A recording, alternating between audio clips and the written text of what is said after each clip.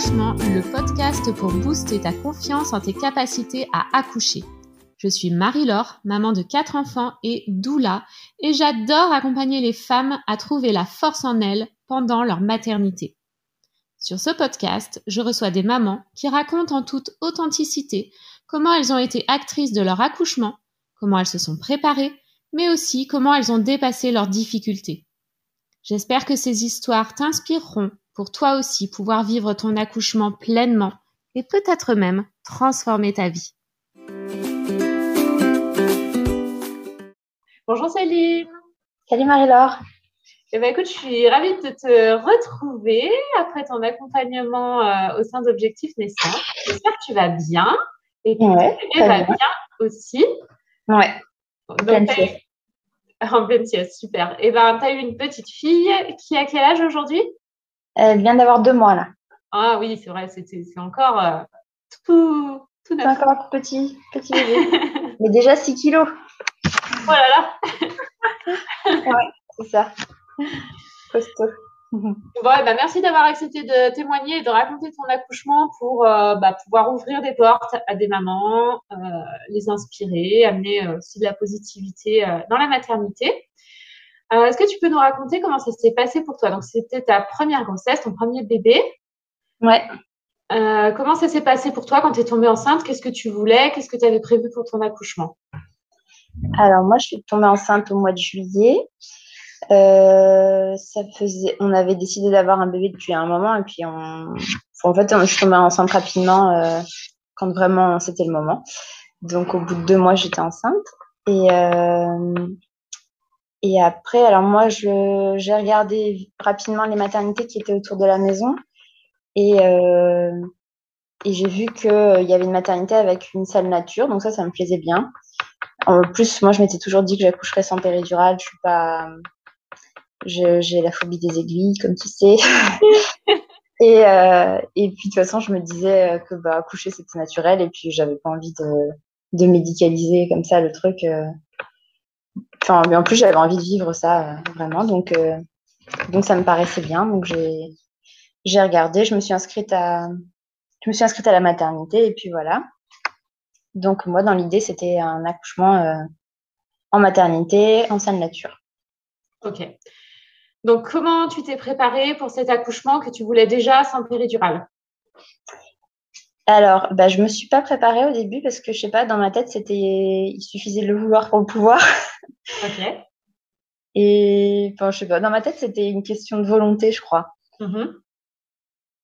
Alors qu'en fait, je pense pas que ce soit qu'une question de volonté quand même. Et du coup, ouais, non, moi, je m'étais pas du tout renseignée en fait. Et j'ai été arrêtée assez tôt dans ma grossesse. J'étais arrêtée à 3 mois et demi. Parce que je fais un travail, je suis kiné en libéral, donc je fais un travail où je suis tout le temps debout, je fais beaucoup de manutention, j'ai des patients lourds et tout, et ça allait plus du tout au travail. Donc j'ai été arrêtée à 3 mois et demi, et là du coup j'ai commencé un peu à lire des choses sur l'accouchement, et puis je suis tombée sur ton challenge accoucher sans péridurale. Donc comme j'avais du temps, je me suis inscrite. Mm-hmm. Et c'est là que je me suis rendu compte qu'en fait, j'y connaissais rien du tout. Tu parlais de choses dont j'avais jamais entendu parler, le cercle de feu, la désespérance, le projet de naissance et tout. Enfin, que des choses que je connaissais pas. Donc là, je me suis dit que vraiment, il fallait que je me renseigne un peu quand même. Donc, j'ai commandé des livres. J'ai commandé plusieurs livres sur l'accouchement physiologique et sur la douleur de l'accouchement. Et donc, plus je lisais et plus je me rendais compte qu'en fait, c'était pas qu'une question de volonté, il y avait aussi une question de mettre en place tout un environnement propice en fait à l'accouchement. Donc, être au calme, plutôt dans la pénombre, avec peu de gens et des gens avec qui on se sent bien, vraiment avoir un petit cocon et être dans sa bulle, quoi. Donc, ma préparation, ça a été déjà ça.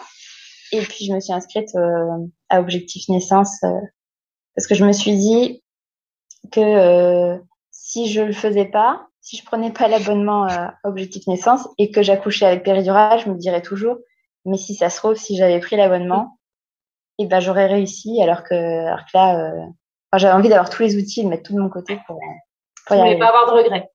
Ouais, c'est ça. Donc j'ai fait ça.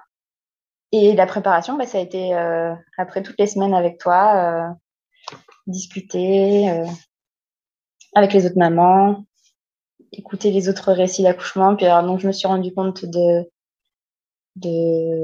enfin, ça a confirmé le fait qu'il fallait vraiment être dans un endroit, enfin, un environnement vraiment propice à la détente et au lâcher prise. Et du coup, bah, j'en suis venue à regarder un peu des choses autour de l'accouchement à domicile, mais en me disant que c'était pas pour moi parce que j'avais quand même peur. Et puis après, je suis tombée sur des études sur les risques les risques de complications bénignes entre accoucher à domicile et accoucher en maternité. Puis en fait, les résultats sur les accouchements à domicile, ils étaient excellents. Il y avait quand même moins de risques d'épisiotomie, de césarienne d'urgence, de souffrance fétale. Enfin, il y avait plein de choses qui allaient dans le bon sens. Et puis j'en ai parlé à mon mari, il m'a dit non mais ça va pas, c'est un truc de hippie ça. Donc bon, j'ai dit ok. Voilà, donc il n'était pas du tout chaud. Et puis ma grossesse a avancé. Et je crois que j'étais dans le 6e mois. Et là, j'ai commencé à regarder un peu, à rédiger mon projet de naissance, je crois.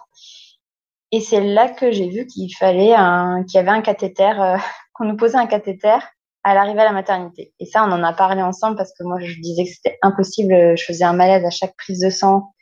Enfin, j'étais mal. J'ai fait de l'hypnose en me disant que ça allait m'aider, que ça allait passer. Puis en fait, je sais pas, ça a dû remuer des choses en moi. Donc, je me suis mise à pleurer pendant mes prises de sang. C'est de pire en pire, en fait.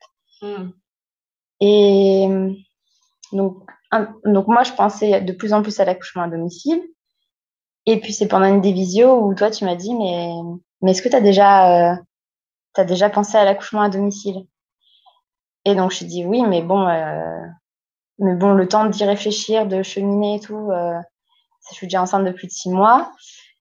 Et puis, bah, mon mari, il est pas chaud du tout. Donc je pense que c'est trop tard, de toute façon. Et puis, toi, tu m'as dit, bah, écoute, tu peux toujours regarder s'il y a des sages-femmes autour de chez toi qui le font. Tu les appelles et si jamais il y en a une qui est dispo, bah, là, vous en reparlez vraiment sérieusement. Puis, si elles te disent que c'est mort, c'est trop tard, et bah, au moins, tu auras essayé.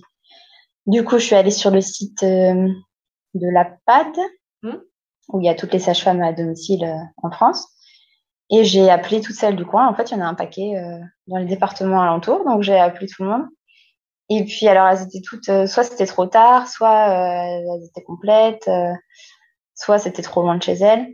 Et puis, il y en a une qui m'a répondu et qui m'a dit que elle, c'était bon, qu'elle était, que normalement, elle avait pris sa retraite, mais comme elle trouvait pas de fille pour prendre la suite, bah, elle continuait quand même à faire quelques accouchements à domicile. Donc, je dis, ah bah super, il faut juste que je convainque mon mari maintenant. Et elle m'a dit, oh, mais de toute façon, c'est pas, ça va, t'es enceinte de 6 mois, on a le temps. Donc, ouais. En général, j'entendais plutôt l'inverse. Hein. Je suis sur des groupes Facebook d'accouchement à domicile et en général, déjà à 4 mois de grossesse, c'est chaud de trouver quelqu'un. Donc, 6 mois. Du coup, j'en ai parlé. Il m'a dit non catégorique. Enfin, c'était limite, ça l'énervait d'en parler. Et puis, alors, du coup, j'ai réfléchi et je me suis dit, c'est quand même trop bête parce qu'il y a enfin, elle est OK. Il faut juste que je le convainque lui. Et puis, finalement, c'est pas lui qui accouche. Et c'est pas lui qui va devoir vivre les conséquences d'un accouchement surmédicalisé s'il est surmédicalisé. Enfin, et puis, j'avais pas envie de lui en vouloir si jamais ça se passait pas bien en maternité. Donc, j'ai ruminé le truc pendant un week-end où lui, il était en formation, je crois. Donc, j'ai ruminé. J'ai préparé mon argumentaire. Et puis, quand il est rentré, je lui ai dit que je voulais qu'on en parle sérieusement. Et puis, donc, je lui ai sorti tous mes arguments. Et puis, il m'a dit, bah, écoute, je crois que tu as pris ta décision de toute façon. Donc, bah, oui, si tu veux. Mais bon, moi, je suis contre. Je resterai contre. Mais après, c'est toi qui accouches. Donc, si tu veux faire ça, bah, écoute, on fera ça. Et voilà. Donc, on est allé rencontrer la sage-femme à domicile chez elle. Et alors, elle était particulière, un peu hippie, comme lui, il aime pas, justement. Et après, moi, j'aime bien parce que je suis assez médecine naturelle, médecine douce et tout ça, mais lui, pas trop, donc forcément. Mais bon, après, moi, elle m'a mise en confiance, donc il m'a dit, écoute, si ça te va à toi, c'est bon. Du coup, on a dit, bah, c'est parti, accouchement à domicile. Et après, donc ma préparation pour ça, je me suis dit qu'il fallait pas que je fasse. Alors elle faisait pas les cours de préparation et tout ça, comme elle était à la retraite, c'était juste l'accouchement et puis c'est tout. Donc j'ai trouvé une sage-femme dans le coin qui faisait des préparations à l'accouchement plus que en couple et qui était assez tournée sophrologie, en relaxation. C'était pas une préparation classique. Okay. Et donc je lui ai dit qu'on a un projet d'accouchement à domicile, donc elle a orienté le truc accouchement à domicile où c'était surtout je pense le rassurer lui, mon mari, lui expliquer que les phases par lesquelles j'allais passer et qu'il panique pas le jour J quoi. Ok. Donc voilà pour la préparation. Et du coup, comment ça s'est passé cet accouchement? Et du coup, déjà une semaine avant l'accouchement, j'ai eu des contractions toute une soirée, toute la journée jusqu'au soir. Je les chronométrais, elles étaient assez rapprochées. Donc j'ai appelé la sage-femme et puis elle m'a dit bah écoute, tu prends un bain et puis tu vois si ça s'arrête et mais vu ta voix, j'ai pas l'impression que tu s'entendais coucher. Et en effet, j'ai pris un bain, je suis allée me coucher et en fait bah je me suis réveillée le lendemain matin et c'était pas ça. Et puis une semaine plus tard, je me suis couchée et pareil, j'avais des contractions mais un peu comme tout le temps depuis une semaine là, j'avais des contractions. Je me suis couchée et puis en fait vers 1h du matin, je me suis levée, j'avais vraiment mal au ventre. Je me suis levée pour aller aux toilettes et là, j'ai perdu du liquide un peu et du sang. Donc, je me suis dit, bon, là c'est le col qui travaille. Je pense que c'est pour aujourd'hui. Donc, il était 1h du matin. Donc là, j'ai réveillé mon mari pour lui dire que je pense que le travail avait commencé. Et je lui ai dit, je vais prendre un bain. Donc, je suis allée prendre mon bain. Là, j'ai allumé une petite veilleuse. Je me suis mise dans l'ambiance, dans la salle de bain, toute seule. Lui, il est venu un peu me voir et puis après, il m'a dit, bon, je vais prendre un petit déj parce qu'il devait être, je sais pas, 4h du matin, un truc comme ça. Et oui, parce qu'on a changé d'heure cette nuit-là. Donc à un moment, je me suis dit, ah, mais le temps passe vite. Et en fait, il me dit, non, mais attends, on a changé d'heure. Donc ça fait 1h de moins que ce que je pensais.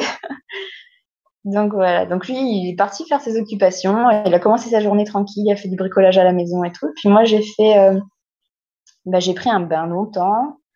Après, je suis sortie. Et en fait, en sortant du bain, j'avais encore plus mal au ventre, donc je suis retournée dans le bain. Et là, je lui ai dit, on va appeler la sage-femme quand même, parce que les contractions, elles étaient. Enfin, je commençais vraiment à plus pouvoir faire ce que je voulais, en fait. Quand je sortais du bain, je pouvais pas commencer ma journée normalement. Donc, je me suis dit, je vais l'appeler. Donc, je l'ai appelée vers 6h, je crois, ou 5, ouais, vers 6h. Et elle m'a dit, reste un peu au téléphone, je vais écouter comment ça se passe pendant une contraction, parce que plutôt à la voix, elle m'avait dit, si en fonction de l'ouverture de la bouche, je sais comment est ouvert ton col. Donc si la bouche est fermée pendant une contraction, c'est que ton col est fermé, et à la fin, si tu hurles, c'est que ton col est bien ouvert. Okay. Et donc elle m'a dit, oui, bon, c'est le début, en effet. Est-ce que tu veux que je vienne maintenant? Alors moi, je dis, ouais, moi j'ai bien mal, donc je veux bien que tu viennes maintenant. Elle m'a dit, ok, je prends mon temps, parce qu'elle habite à 1h de route. Elle m'a dit, je prends mon temps, et puis j'arrive tranquillement. Donc elle est arrivée un peu après 7h du matin. Moi, j'étais sortie du bain. Je m'étais mise sur le canapé dans le salon. En fait, j'arrivais pas debout, j'étais pas bien pour les contractions. Et j'étais bien sur le canapé allongée. Et j'avais essayé le ballon, ça me plaisait pas. Donc je me suis mise sur le canapé. Et donc elle est arrivée. Elle est venue me voir, elle m'a examinée. elle m'a dit que le col était fermé. Donc là, j'étais un peu déçue quand même. Parce que bon, je me suis dit, ça fait depuis ce matin enfin, depuis cette nuit, que j'ai mal. Et puis moi, j'avais l'impression que ça avait déjà bien avancé quand même. Donc bon, j'étais un peu déçue. Elle m'a dit, bon, écoute, maintenant, c'est toi qui décides. Si tu veux que ton bébé soit là à midi, il sera là à midi. Donc, c'est parti, on bouge un peu. Et en fait, moi, j'arrivais pas, quand j'étais debout, j'étais pas bien. Donc, je suis retournée me coucher sur le canapé. Et puis, elle s'est mise dans une petite pièce à côté avec un bouquin. Et puis, elle m'a dit, je te laisse gérer tes contractions. Et puis, je viens quand ça s'accélère un peu. Et puis, moi, j'ai commencé un peu à somnoler entre chaque contraction. Je commençais à dormir. Je me suis pas, enfin, j'avais même oublié qu'elle était là. Et puis, à un moment, elle est venue me voir. Elle m'a dit, j'ai l'impression que tes contractions, elles se sont ralenties. Et je dis, ouais, je sais pas, moi, je dors, alors je me rends pas compte si elles sont, enfin, si elles sont proches ou pas. Elle me dit, non, elles se sont espacées. Donc, c'est peut-être pas pour tout de suite. Je pense que je vais rentrer chez moi. Je dis, ah bon, mais il est quelle heure? Elle me dit, il est 11 heures. Et elle me dit, ton bébé sera pas là à midi. Je pense qu'on a le temps. Ce que je vais faire, c'est que je vais rentrer. Il faut que tu ailles marcher. Un moment, tu vas en avoir marre d'être sur le canapé, tu vas en avoir marre que ça avance pas. Tu vas aller marcher avec Amaury, donc mon mari. Vous allez faire un grand tour dehors. Mais là, je me disais, mais un grand tour, mais c'est impossible. J'arrive pas. J'arrive déjà pas à rester debout dans la cuisine. Elle est folle. On habite en pleine campagne. Elle me dit, tu vous faites un grand tour des champs et tout autour. Je dis, ah, ça va pas, non? Et elle me dit, bah, tu m'appelles quand tu as perdu les os ou quand les contractions sont tellement proches que tu peux plus parler. Donc, bon, je dis OK. Donc, elle est partie. Et je me suis dit, bon, allez, j'essaie de me lever un peu. Je suis allée dans la cuisine, mais en fait, là, dans la cuisine, je me prenais enfin, les contractions, quand elles arrivaient, j'étais debout, j'essayais de m'accrocher au mur, ça me plaisait pas. J'essayais de me mettre en appui sur le bar, ça me plaisait pas. Et puis, en fait, j'avais les jambes qui flageolaient, j'avais les yeux. C'était en pleine journée, donc il y avait la lumière dans la cuisine. Je me suis dit, non, ça, c'est pas très bien d'avoir la lumière en pleine figure, c'est pas terrible. Donc, je suis retournée sur le canapé et à un moment, je me suis dit, ça fait trop mal, je vais prendre un bain. Donc, je suis retournée dans mon bain. En attendant, mon mari, il montait un dressing dans une des chambres. Il passait de temps en temps juste pour m'appuyer un peu sur le bassin, comme la sage-femme lui avait montré et tout. Mais en fait, ça me faisait pas du bien du tout. D'accord. Bon, moi, j'avais envie d'être seule. C'est marrant parce que pendant toute la préparation de l'accouchement, je voulais beaucoup l'inclure et j'avais envie qu'il s'implique vraiment et je me disais qu'il avait un rôle hyper important à jouer. Et en fait, le jour de l'accouchement, ben, j'avais juste envie d'être toute seule et qu'il me touche pas. Donc, comme quoi, hein, on peut le faire seul finalement. Oui, oui. Et du coup, je suis allée prendre mon bain. Et là, je sais pas combien de temps je suis restée. Je suis juste sortie un moment parce que j'avais super faim. Et puis, je me souvenais qu'on en avait pas mal parlé du fait qu'à la maternité, il laissait pas manger en cas d'anesthésie et tout. Et puis, moi, je me suis dit, bah, je suis pas à la maternité, alors je vais aller manger. Et mon mari avait fait des pâtes. Et donc, j'ai mangé un gros plat de pâtes. Je suis retournée dans le bain.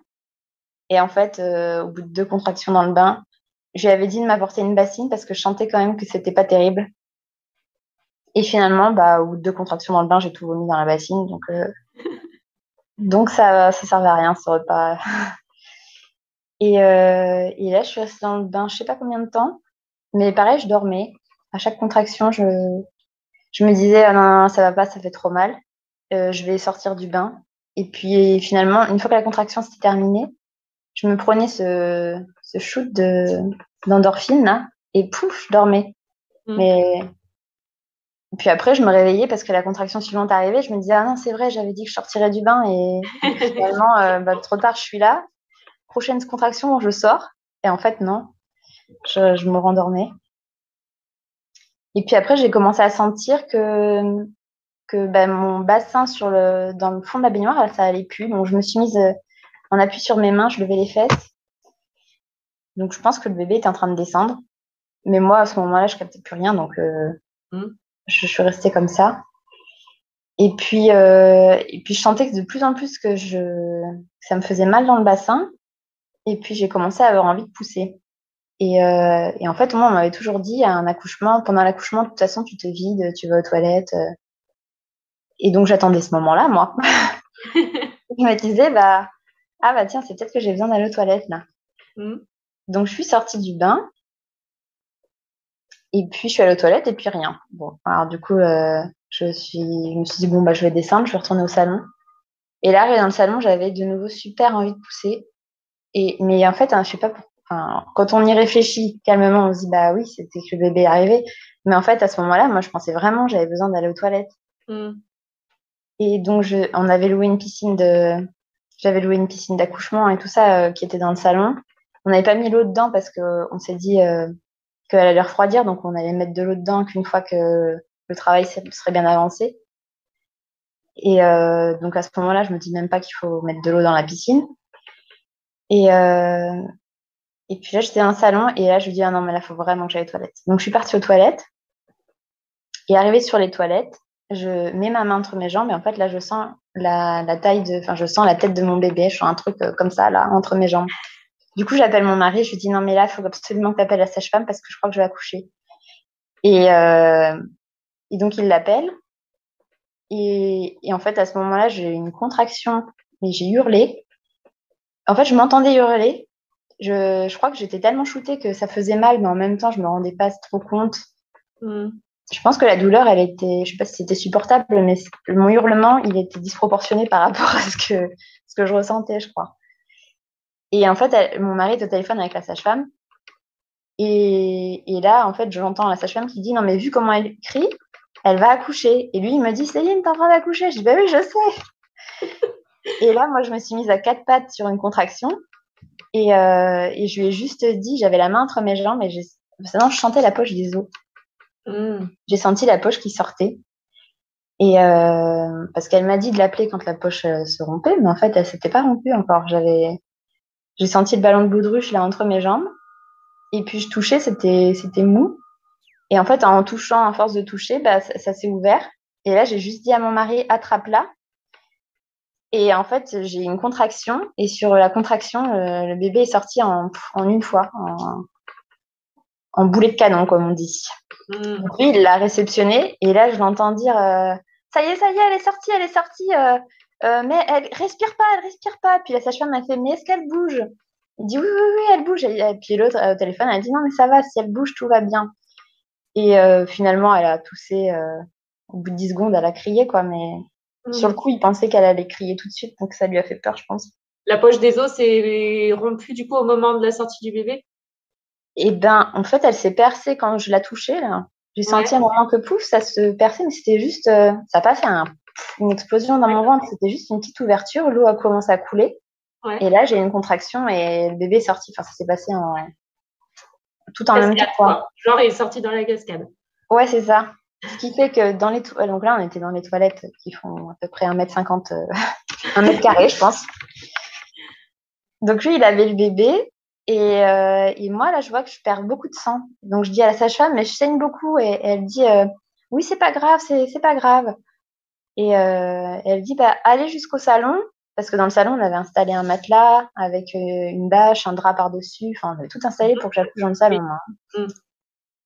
Donc on est parti. Lui, il avait le bébé dans les bras, qui était toujours relié au cordon. Du coup, moi, je marchais, donc on avait le cordon, le bébé. Et puis je saignais tellement qu'en fait, on a mis du sang partout dans le couloir. Et arrivé dans le salon, je me suis couchée sur le matelas. Il m'a donné le bébé. Et il m'a donné des serviettes. Et lui, il est parti nettoyer les toilettes. Parce que il y avait, enfin, je sais pas, entre le liquide amniotique plus le sang, c'était, enfin, j'ai pas vu, mais lui, il m'a dit que c'était une inondation. C'est le carnage, quoi. Ok. Donc lui, il était en train de nettoyer. Et la sage-femme m'a dit, bah, j'arrive, je me dépêche, sauf qu'elle était rentrée chez elle, donc 1 heure de route. Et là, moi, ça a été un peu la panique, parce que je me disais, le danger dans un accouchement, c'est la délivrance. Enfin, le risque, c'est que si je fais une hémorragie de la délivrance, si le placenta sort pas. Donc j'étais focus placenta. Et alors, du coup, c'est triste parce que j'avais mon bébé dans les bras. Et moi, j'avais qu'une trouille, c'était que le placenta sorte pas.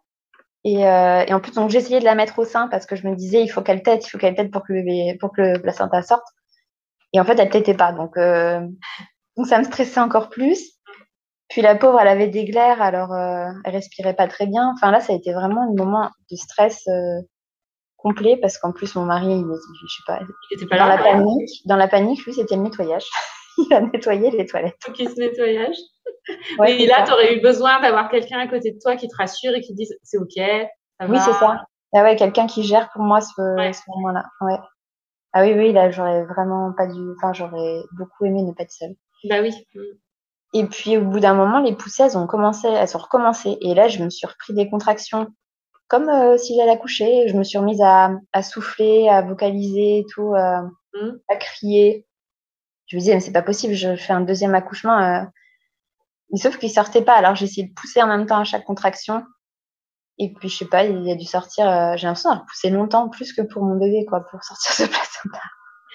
Peut-être parce que tu n'avais pas prévu qu'il allait sortir à ce moment-là, alors que le placenta, tu l'attendais. Ouais, c'est ça. Mais peut-être parce que j'étais moins shootée. Comme on est à ce moment-là, on n'est plus dans la somnolence, quoi. Donc là, j'ai l'impression que le temps était super long. Et donc, le placenta a fini par sortir. Alors là, j'étais soulagée, bien soulagée. Et puis, la sage-femme, elle est arrivée au bout de 50 minutes. Donc, elle a speedé quand même. Ouais, oui, je pense qu'elle a speedé. Ouais. Ben, s'attendait pas à ce que le bébé naisse si. Donc, j'ai accouché à 16h45.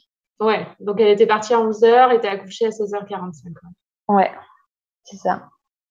Et après, elle a dit, mais vous m'avez pas appelé je sais pas. Après, je me dis, c'est quand même une réflexion. C'est une drôle de réflexion pour une sage-femme parce que une femme qui accouche, elle est tellement shootée que. En fait, elle aurait dû prévenir mon mari et dire vérifie de temps en temps, va lui parler ou va. Ouais. Ou appelle-moi à un moment si tu vois qu'elle commence à crier ou. Puisqu'elle m'avait dit qu'en fonction du cri, de l'ouverture de la bouche, on pouvait connaître l'ouverture du col.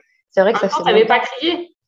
Bah, ça faisait longtemps que je vocalisais quand même. Si, dans mon bain, ça fait un moment que je faisais des... Ok. Ouais, ça faisait longtemps quand même que je faisais ça. Et voilà, donc après, elle s'occupait de nettoyer pas mal, de me nettoyer le bébé. Elle a coupé le cordon. Après, elle s'occupait des papiers, de la peser, tout ça. Moi, elle m'a installée sur le canapé. Et puis, alors, elle m'a fait une toilette aux gants, tout ça. Après, elle m'a examinée, elle m'a dit oh, tout va bien, t'as juste une petite éraillure, c'est rien du tout, il n'y a pas besoin de point, tout va bien.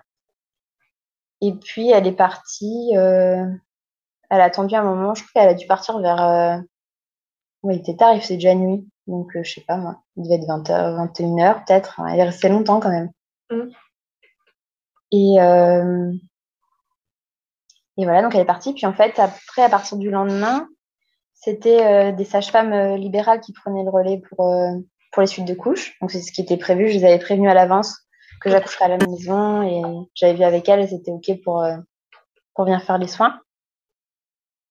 Et dans la nuit, c'était... En fait, moi, je rêvais d'accoucher à domicile, mais ce que j'avais pas anticipé, c'est qu'après, on est seul pour la nuit. Et en fait, donc Agathe, ma fille, elle avait des glaires. On avait l'impression qu'elle s'étouffait parfois, puis elle recrachait un truc tout marron. Et j'avais l'impression qu'il y avait du sang dans ses glaires, donc ça m'inquiétait. Donc dans la nuit, moi, j'ai appelé la maternité pour avoir leur avis, mais elles m'ont dit, bah oui, mais comme on l'a pas sous les yeux, c'est difficile de vous dire. Peut-être qu'elle a avalé du liquide. Elles m'ont demandé si le liquide était teinté. Je dis, bah je sais pas, parce que le liquide est arrivé en même temps que le bébé, donc entre le sang, je savais pas. Donc c'était un peu l'angoisse dans la nuit. Et puis le lendemain, donc c'est une des sages-femmes libérales qui est arrivée. Et donc là, elle m'a pris la tension. J'avais 7 de tension allongée. Elle m'a dit oh là là, mais vous avez perdu beaucoup de sang. Alors, je dis bah oui, j'ai perdu du sang au moment de la sortie du bébé, mais je sais pas quelle quantité. Elle fait ouais, disons que 7 de tension, c'est bas quand même. Elle m'a demandé si j'arrivais à me lever. Je dis bah non, je peux pas me lever. Elle me dit vous faites comment pour faire pipi? Alors je dis bah c'est mon mari qui m'amène un seau pour faire pipi. Elle dit non mais ça va pas ça. Il faut que vous arriviez à vous lever. Je dis mais là je tiens pas debout. Alors une fois assise, elle m'assoit et en fait je faisais un malaise dès que j'étais assise. Donc, elle dit, ouais, non, bon, alors reposez-vous pour aujourd'hui. Elle m'a un peu examinée, mais en fait, ça me faisait super mal. Donc, elle me dit, bah, moi, j'ai l'impression qu'il y aurait besoin d'un point quand même, mais je vois pas bien parce que bah, j'avais pas pu prendre de douche, donc j'étais encore dans. Enfin, elle m'avait nettoyé aux gants, mais c'était pas terrible, quoi.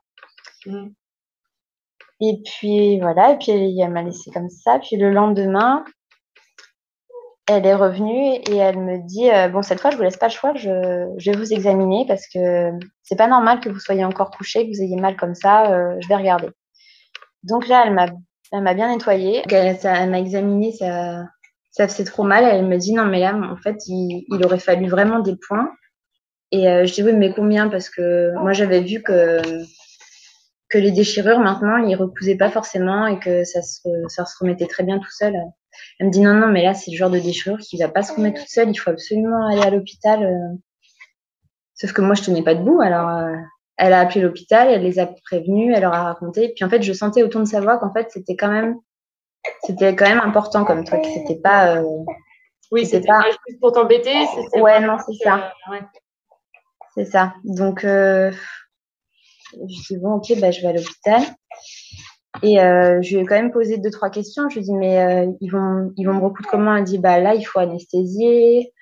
Ou alors moi, l'anesthésie, je comprends piqûre, quoi. Bah oui. Et alors là, je me suis mise à pleurer, mais elle dit, mais non, mais c'est pour votre bien. Si vous voulez pouvoir refaire du sport, il faut absolument recoudre.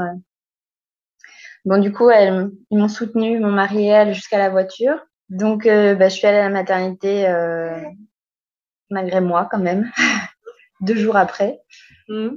Et puis là, du coup, j'ai dû être examinée. Là, ils m'ont dit que j'avais une rupture une déchirure du périnée complet, donc du vagin jusqu'à l'anus.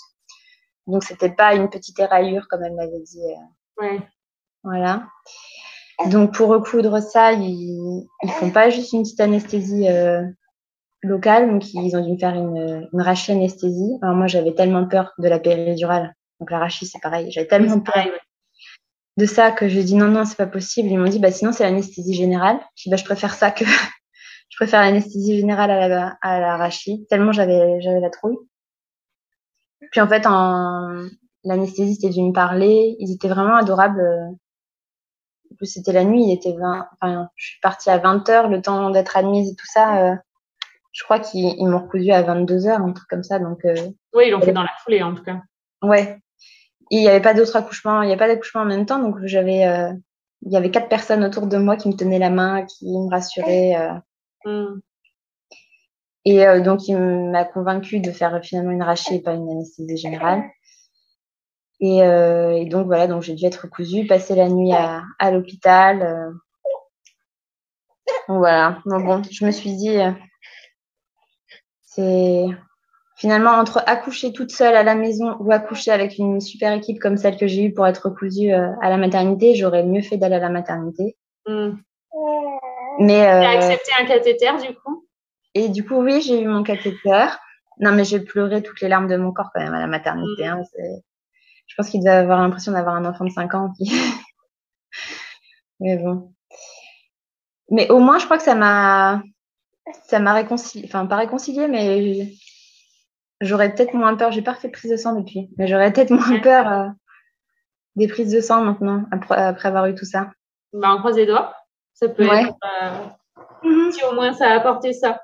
Du coup, maintenant, quand tu repenses à ton accouchement, du coup, c'est vrai que tout le travail, ça s'est plutôt quand même super bien passé. L'expulsion a été hyper rapide. Par contre, les suites de couches, ça a été plus compliqué. Parce que je me souviens, après, en accompagnement, c'était quand même pas facile. Tu avais mal et tu te demandais bien dans quel état tu allais ressortir au niveau du périnée. Quand tu repenses à ton accouchement, du coup, tu en as quel souvenir maintenant? Eh ben, alors je trouve un peu dommage que moi, ce qui me reste le plus, c'est la peur. Alors je trouve que c'est dommage parce que oui, tout le travail s'était super bien passé. Et si j'avais une sage-femme au moment vraiment de l'accouchement, une sage-femme en plus qui aurait bien évalué l'état de mon périnée et tout ça, ça aurait pu être très très bien. Et moi, je rêvais d'accoucher dans ma piscine d'accouchement, là, dans l'eau. Et en fait, j'ai fait tout le travail dans l'eau et c'était une grosse partie du travail dans l'eau et j'ai trouvé ça génial. Donc, à refaire, j'aimerais vraiment pouvoir accoucher dans l'eau. Donc, j'en garde un souvenir mitigé, quoi. Ah bah. Oui, tu n'avais pas prévu de faire un accouchement non assisté et tu aurais vraiment eu besoin de voir cette sage-femme à tes côtés. Oui, parce que oui. Puis en plus, ça a fait gérer des choses à mon mari qu'il n'aurait pas dû gérer. Lui, il a eu très peur aussi. Et enfin, ouais, moi, j'aurais voulu être accompagnée sur ça, sur la fin de l'accouchement, quoi. Après, je suis contente quand je vois mes amis autour de moi qui accouchent et en maternité, bah, à chaque fois, il y a quand même Enfin, j'ai l'impression que c'est difficile, vraiment difficile d'avoir un accouchement naturel, à moins d'avoir des sages-femmes vraiment qui sont vraiment qui ont l'habitude de ça, parce qu'on a vite fait de se retrouver en fait avec de la lumière et du monde autour de soi et puis avoir mal et puis la seule réponse c'est la péridurale. Alors que moi j'ai eu très mal, mais en fait en y repensant, je me souviens pas de la douleur. Ouais. Je me souviens juste que je dormais et que c'était très agréable entre chaque contraction. Tu t'es bien shooté toi-même. Ah ouais, j'étais défoncée, oui. Oui. Ok. Ton mari, du coup, lui qui à la base voulait pas du tout d'accouchement à domicile, ça va? Il t'en veut pas trop? Non, ça va. Bon après, l'autre jour, je lui en ai reparlé en disant, je lui ai dit bon bah, parce qu'on nous a posé la question, si vous avez un deuxième enfant, est-ce que cette fois vous referez à domicile? Et lui, il a dit non mais ça va pas, on ira à la maternité, c'est trop dangereux. Et puis moi, je lui dis bah, si on a une sage-femme vraiment sérieuse qui s'en va pas et qui est là, il dit non mais Céline, c'est bon, une fois, pas deux. On sait jamais ce qui peut arriver, on va à la maternité. Alors que moi maintenant, je me dis que je pourrais le refaire à la maison avec quelqu'un, avec quelqu'un. Avec quelqu'un. Avec quelqu'un. Ouais, déjà avec quelqu'un. Et c'est marrant parce qu'il y a quelques temps, quand tu étais dans le programme, tu nous avais dit, je pense que si c'était à refaire, on irait à la maternité. Ouais. Enfin, tu vois, pour le prochain, tu étais prête à aller à la maternité, du coup. Maintenant, ouais, en fait, maintenant, je me dis que oui, peut-être que lui, il voudra jamais de toute façon qu'on fasse à domicile et je pense que si on a un deuxième enfant, ce sera pas à domicile. Mais oui, si je vais à la maternité, par contre, le fait d'avoir fait toute seule à la maison, je pense que je serai catégorique sur les conditions à la maternité. Faudra pas me mettre 10 sages-femmes dans les pattes, un monitoring en continu et puis des néons dans la figure et des touchés vaginaux, quoi. Donc, je choisirais bien ma maternité. Yes. Tu peux peut-être, je sais pas s'il y en a près chez toi, mais un plateau technique, ça peut peut-être être du coup. Non, il n'y a pas. Il n'y a pas. Mais il y a une maternité où ils ont des baignoires. Alors, je sais pas si on peut accoucher dans l'eau, mais en tout cas, on peut faire un travail dans l'eau. Et finalement, la maternité que j'avais choisie, il n'y avait pas de baignoire. Il y avait une salle nature, mais pas de baignoire. Et moi, les contractions, elles étaient très supportables dans l'eau. Et quand je sortais de l'eau, ça devenait insupportable. Donc, je pense que l'eau, vraiment, ça m'a... L'eau t'a bien aidé. Ouais. Ok. Donc, à choisir, je choisirais une maternité avec une baignoire. Ok. Est-ce que tu peux nous dire comment le programme Objectif Naissance t'a accompagné? Qu'est-ce que ça t'a apporté? Est-ce que ça t'a été utile? Oui, déjà, j'aurais pas accouché à domicile, je pense. J'aurais pas fait la démarche jusqu'au bout d'accoucher à domicile sans ça. Et puis, pour mon projet de naissance aussi, d'en parler toutes les semaines. J'ai appris plein de choses sur le clampage du cordon, sur les soins qui peuvent être faits, ce qui peut être retardé. Et même sur l'après, toutes les discussions qu'on a eues sur l'allaitement. C'est super d'avoir une question avec la conversation Messenger qu'on a en même temps. Super que même la nuit, comme toutes celles qui ont eu un bébé, elles dorment pas. On peut poser une question quand on a un truc, une douleur, une crevasse ou des contractions ou je sais pas. Et puis même ça permet de débriefer. Moi, je sais qu'après mon accouchement, j'étais tellement mal psychologiquement que d'en parler en parler avec des gens qui sont dedans, ça c'est vraiment énorme. Et puis même pendant la maternité, de discuter des rendez-vous de sage-femme, quand on n'est pas d'accord avec quelque chose qu'on nous a dit pendant un rendez-vous, ou alors ou partager des bonnes choses aussi. Oui, heureusement. Non, mais j'ai trouvé ça vraiment super. J'ai eu l'impression d'être dans un groupe là, comme j'étais toute seule, arrêtée à 3 mois et demi de grossesse, toute seule à la maison. Ouais. Tu as eu un espace de partage, c'est ça qui t'a le plus plu. Ouais. Ok. Ça marche. Et si tu avais un conseil à donner aux mamans qui sont actuellement enceintes et qui peut-être envisagent l'accouchement à domicile, qu'est-ce que tu leur dirais? Alors, pour celles qui envisagent l'accouchement à domicile, moi, je dirais de bien briefer la personne qui sera présente, si c'est le mari, par exemple, bien dire à quel moment appeler la sage-femme, parce que là, je pense que je l'ai appelée trop tôt. Et trop tôt la première fois et trop tard la deuxième. Ouais, c'est ça. Donc, bien briefer, voir avec la sage-femme à quel moment on appelle vraiment. Et en fait, je pense que le moment où on appelle vraiment, c'est le moment où nous, on n'est plus capable d'appeler. Donc, il faut bien briefer la personne qui accompagne pour que ce soit elle qui repère ce moment-là, justement, et qui appelle à notre place. Parce que c'est pas à nous de passer ce coup de fil. Oui, carrément. Et après, pour celles qui n'ont pas prévu d'accoucher à domicile, de s'imposer à la maternité pour faire respecter sa volonté, éteindre la lumière, ou comme tu avais dit une fois, je crois que c'est toi qui avais dit ça, si on parle doucement, qu'on éteint la lumière, qu'on apporte ses petites lumières et tout ça, en fait, ça force les gens qui entrent dans la pièce à s'adapter à l'environnement, alors que s'il y a de la musique, s'il y a du hard rock et la lumière allumée, forcément, on arrive, on parle fort et c'est impossible de se détendre dans une ambiance comme ça, quoi. Ouais, carrément. Voilà. Ok. Eh ben, merci Céline. Ben, merci à toi. Tu avais autre chose à rajouter ou c'est bon pour toi? Non, ça va. C'est bon. Eh ben, écoute, je te souhaite une bonne continuation avec ta puce. Merci. Bonne reprise du sport parce que je sais que tu viens d'avoir le feu vert de ta sage-femme. Pour le gainage. Oui, pour le gainage, bah, c'est un début. Attends, 2 mois. Tu es à 2 mois après l'accouchement.